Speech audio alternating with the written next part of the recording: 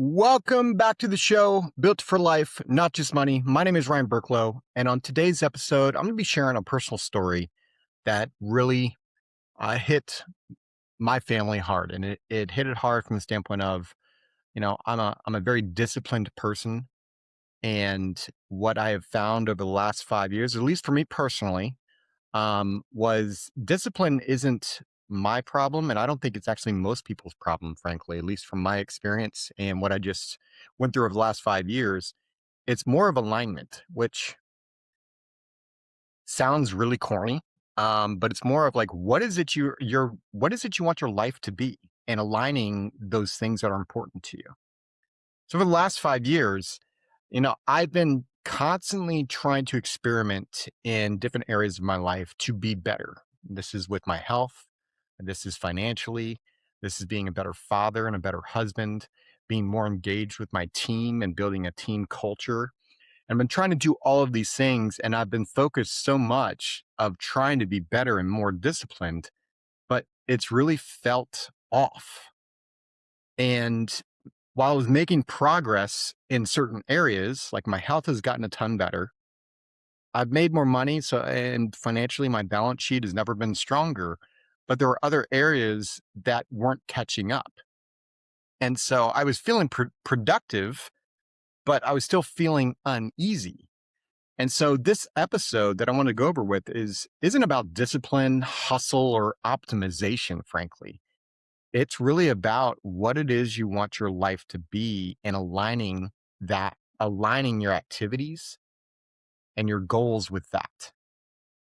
So I want you to challenge yourself real deep right now. Like, really think about what it is you want, and think about the most motivated person that you know of. And most people, when they talk about motivation, I think they think that they all have a strong discipline.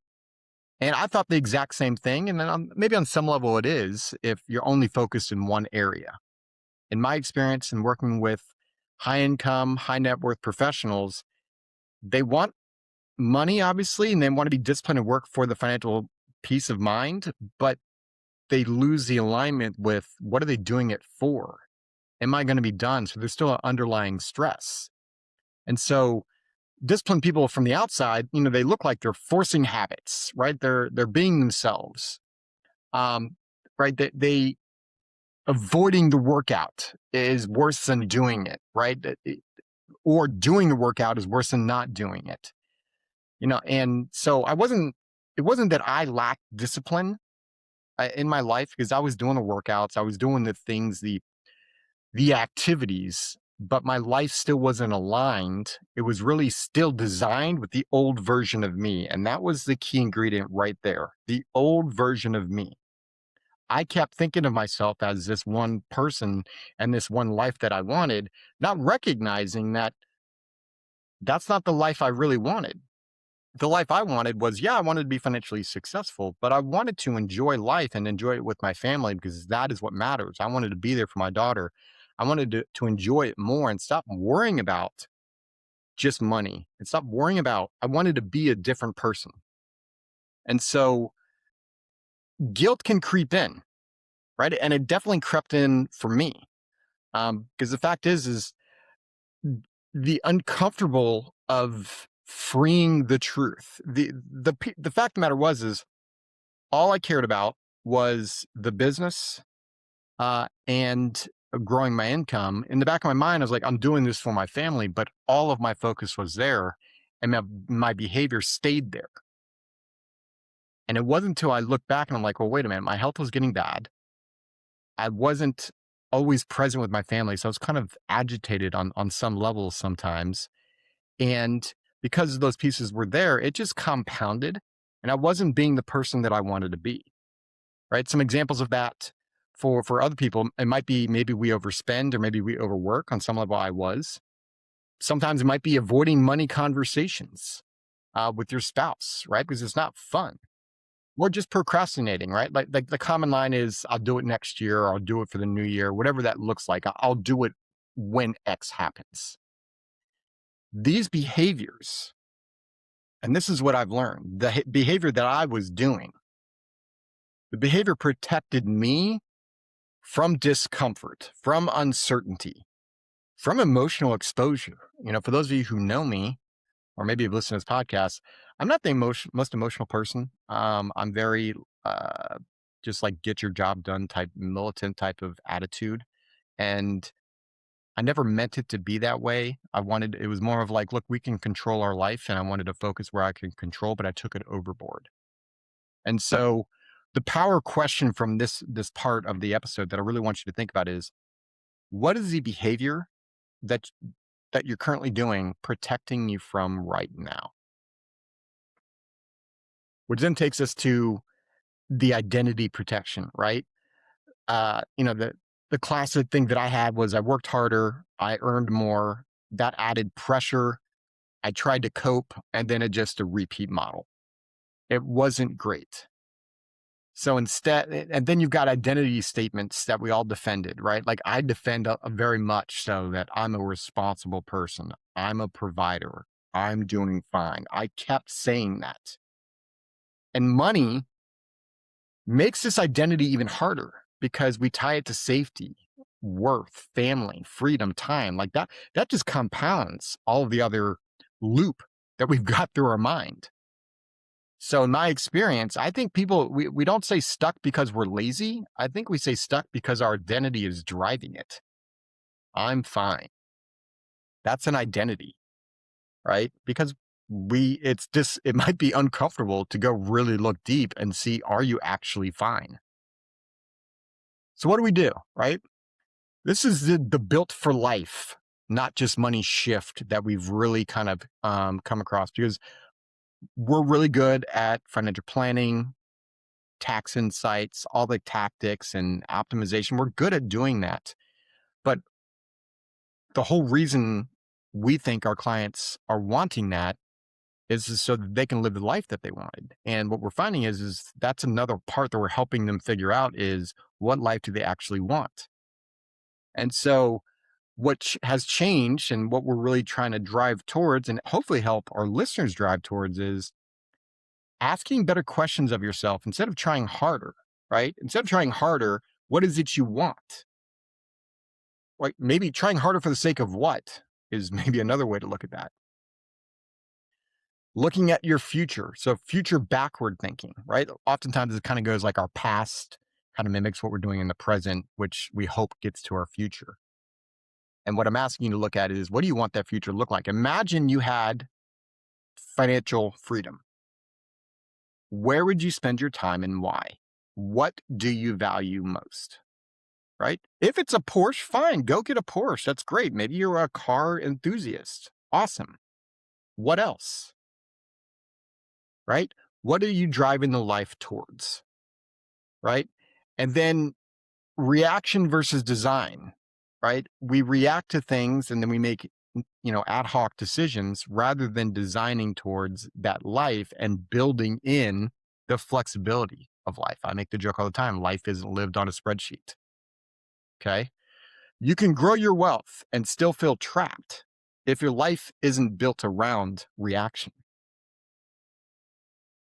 So what I'd like to end on, right, is as I've experienced this personally over the last 5 years, like COVID really started to put stuff in perspective for me and my family, where we wanted to make sure that we are healthy. We wanted to make sure that we were setting ourselves up for the life that we wanted and not just optimize life. Like, what is it we want? Like, I'm enjoying more and more just sitting down with my wife on the couch and having conversation rather than sitting down, looking at my phone and looking at my next day to, prepare.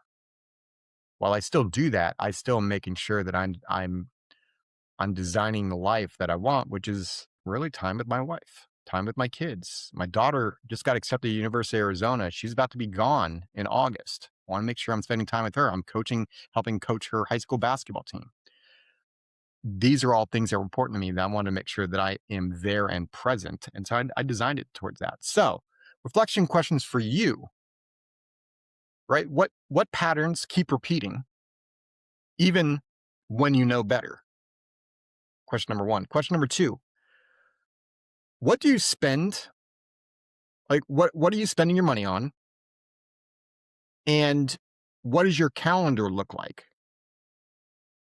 What's it revealing to you? Like there's, I forget the exact quote. The quote is like, show me someone's spending and their calendar and I'll show you what they value. So it's another version of that quote. Like, where is it you're spending your time and is it where you want to spend it? If nothing changed for the next 5 years, what would that cost you? This question always, I pause every time because it's interesting to really think. What would it cost you? What would the next version of you do without debate? So take some time.